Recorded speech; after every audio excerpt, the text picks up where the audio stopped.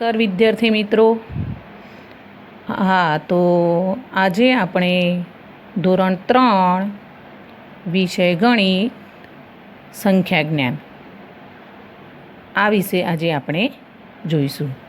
વિદ્યાર્થી મિત્રો, આપણે આગળ પુનરાવર્તનમાં શું જોયું? ભાગ 1 અને 2માં કે અંકમાં, શબ્દમાં, પછી નાની મોટી સંખ્યા, તરત પછીની સંખ્યા, પહેલાંની સંખ્યા, તો વચ્ચેની સંખ્યા, આ સંખ્યાઓ વિશે આપણે આગળ જોયું. હવે આજે આપણે ભાગ 3ની અંદર ચડતા અને ઉતરતા ક્રમમાં સંખ્યા જોઈશું. બરાબર? અહીંયા જોઈએ છીએ, નીચેની સંખ્યાઓને ચડતા ક્રમમાં લખો. હવે અહીંયા કેટલીક સંખ્યા આપી છે. હવે આ સંખ્યાને આપણે શું કરવાનું છે? એને ચડતા ક્રમમાં લખવાની છે. તો કેવી રીતે? ચડતો ક્રમ કોને કહેવાય? તો દાખલા તરીકે તમે શાળામાં આવો છો, બરાબર? તો શાળામાં તમે પહેલું પગથિયું, પછી બીજું પગથિયું, એમ તમે સીડી ચડો છો. એટલે એ કયો ક્રમ થયો? ચડતો ક્રમ. એટલે એક પછી 2, 3, 4 એમ આગળ જઈએ છીએ આપણે, બરાબર? તો એ કયો ક્રમ થયો? ચડતો ક્રમ થયો. ઉતરતો ક્રમ જોઈએ કે તમે રિસેસ પડે છે, છૂટો છો સ્કૂલમાંથી, ત્યારે તમે નીચે ઉતરો છો સીડીમાંથી. તો પહેલાં વધારે સંખ્યા હોય, પછી એનાથી ઓછી, પછી એનાથી ઓછી, એટલે એક પગથિયું શું થાય છે? ઓછું થાય છે. તો એ કયો ક્રમ થયો? ઉતરતો ક્રમ થયો. ખ્યાલ આવી ગયો ને? તો અહીંયા આપણે જોઈશું ચડતો ક્રમ.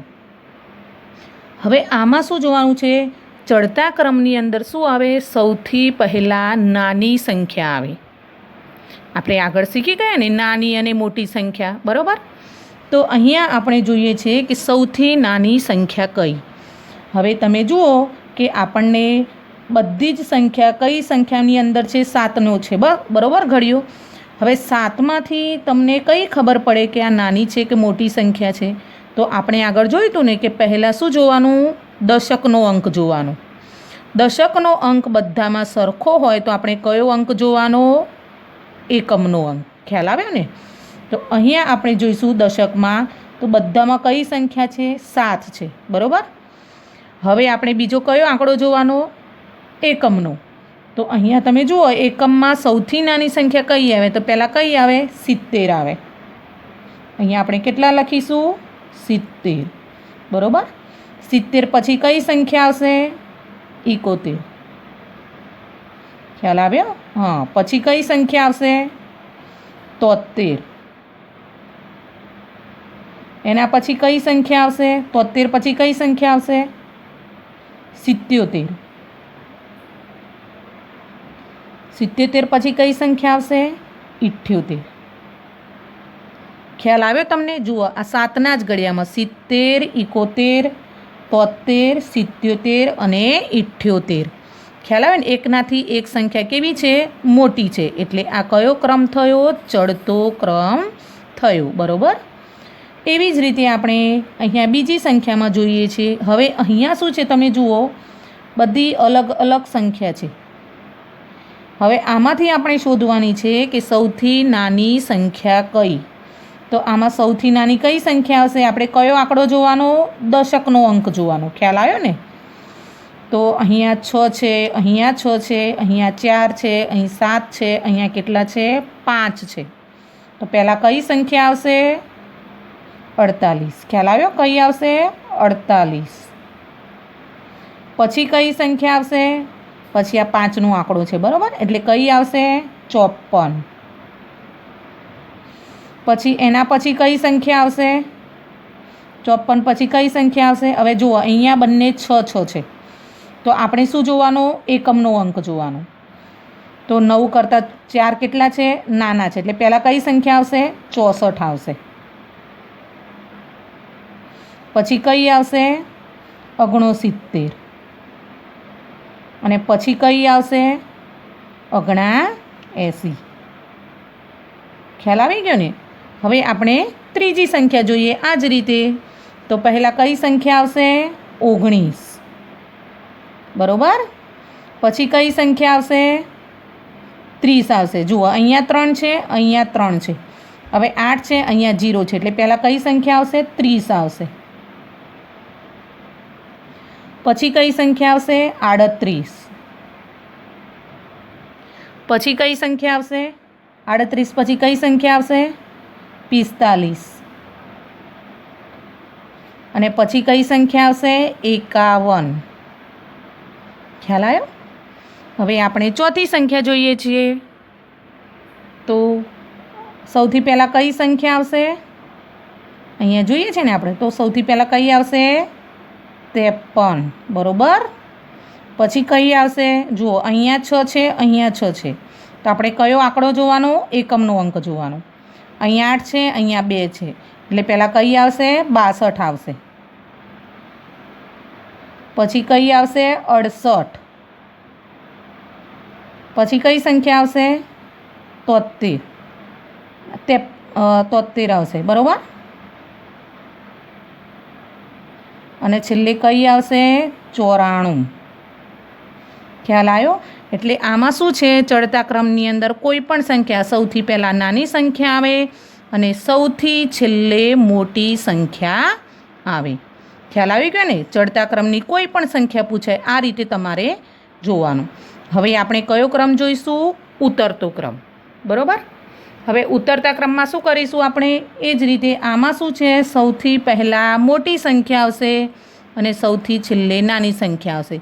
આનાથી ઉલટું, અહીંયા સૌથી મોટી છે, અહીંયા સૌથી નાની છે, અહીંયા સૌથી મોટી આવશે, અહીંયા છેલ્લે સૌથી નાની આવશે. હવે આમાં આપણે જોઈશું સૌથી મોટી સંખ્યા કઈ છે? કઈ આવશે? 69. બરાબર. પછી કઈ આવશે? 67. પછી કઈ આવશે? 65. પછી કઈ સંખ્યા આવશે? 62. અને છેલ્લે કઈ સંખ્યા આવશે? 60. ખ્યાલ આવ્યો? તો 69, 67, 65, 62 અને 60. ખ્યાલ આવ્યો? હવે આમ જઈએ આ બાજુ, આપણે અહીંયા ઊંધેથી લઈએ 60, 62, 65, 67 અને 69. તો અહીંયાથી આ બાજુ આવીએ તો કયો ક્રમ થયો? આપણો ચડતો ક્રમ.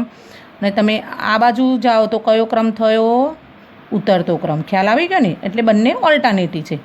હવે અહીંયા એ જ રીતે આપણે જોઈશું. તો સૌથી પહેલાં કઈ સંખ્યા આવશે? 81. 81. પછી કઈ આવશે? 63. પછી કઈ સંખ્યા આવશે? 54. પછી કઈ સંખ્યા આવે? 36. 36 પછી કઈ સંખ્યા આવશે? છેલ્લે 18. બરાબર. એટલે આ કઈ થઈ? સૌથી નાની સંખ્યા અને આ થઈ સૌથી મોટી સંખ્યા. એ જ રીતે આપણે ત્રીજામાં જોઈએ તો આમાં સૌથી મોટી કઈ સંખ્યા આવશે? કઈ આવશે? 84. બરાબર. પછી કઈ આવશે? 73. એના પછી 52. બરાબર. પછી કઈ આવશે? 48. અને છેલ્લે કઈ આવશે? 37. ખ્યાલ આવે ને? એટલે એકનાથી અહીંયા મોટી સંખ્યા છે, પછી એનાથી નાની, પછી એનાથી નાની, પછી એનાથી નાની અને છેલ્લે સૌથી નાની સંખ્યા આવે. હવે એવી જ રીતે આ 4 નંબરમાં આપણે જોઈશું. તો આમાં સૌથી મોટી કઈ સંખ્યા આવશે? 64. બરાબર. પછી કઈ આવશે? 60. પછી કઈ સંખ્યા આવશે? 59. બરાબર. પછી 46. અને છેલ્લે કઈ આવશે? 45. ખ્યાલ આવી ગયો? એટલે અહીંયા શું છે? નાની અને મોટી સંખ્યા છે. ખ્યાલ આવી ગયો ને તમને? એટલે આવી રીતે કોઈ પણ સંખ્યા પૂછાય તો આપણે આવી રીતે ચડતા ક્રમ અને ઉતરતા ક્રમમાં સંખ્યાઓ ગોઠવવાની છે. એટલે કોઈ પણ સંખ્યા હોય તમારે પહેલાં કયો અંક જોવાનો? 2 આંકડાની હોય તો કયો અંક જોવાનો? દશકનો જોવાનો. અને દશકના બંને સરખા અંક હોય તો આપણે કયો અંક જોઈશું? એકમનો અંક. ખ્યાલ આવી ગયો ને? એટલે આવી કોઈ પણ સંખ્યા પૂછાય તો આપણે આ રીતે લખવાની છે. વિદ્યાર્થી મિત્રો, અહીંયા આપણો આ ભાગ 3 પૂરો થાય છે. તો તમે આ લેખનને વારંવાર આ વિડીયોને જોતા રહો અને તમે વારંવાર એને ભણતા રહો. નમસ્તે.